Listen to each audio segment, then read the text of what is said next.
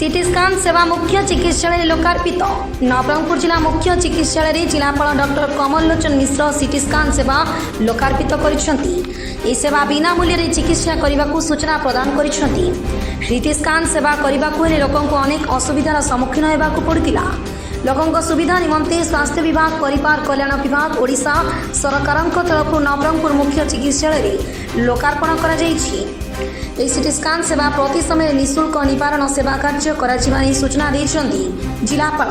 एथिबे रोगी मानक अनेक खर्चांत हेबाकू पड़ुतिला।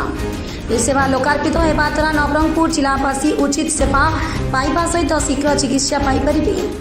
आपण माने जानी खुशी हेबे आज नवरंगपुर जिले में ओडिशा सरकार निदान कार्यक्रम अधीन रे गोटे कैट स्कैन मशीन आज स्थापन करा जायछि।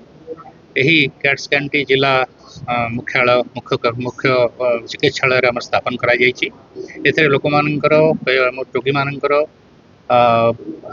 अत्याधुनिक स्कैनिंग प्रोसेस रे तंकर चिकित्सा करा जाय परिबो एवं यह PPP mode public private partnership रे करा जिवो। स्पंदन डायग्नोस्टिक संगरे ओडिशा सरकार जो राजीनामा अच्छी से टेक्नीशियन माने ये मशीन ऑपरेट करेंगे एवं एथेरे रोगी माननकु अति सहजरे खूब कम समय मध्य अत्याधुनिक स्कैनिंग सुविधा मिल पार।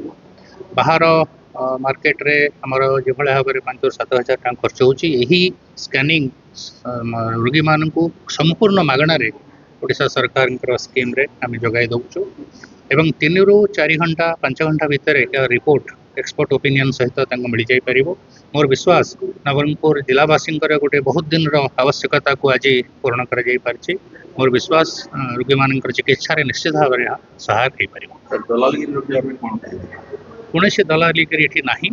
एटा लोक साधारण भाव में पेसेंट सबु पेसेंट समान भाव में निःशुल्क सेवा पाई परिबो। नवरंगपुर अनिल पत्रांक रिपोर्ट टुमानी टीवी।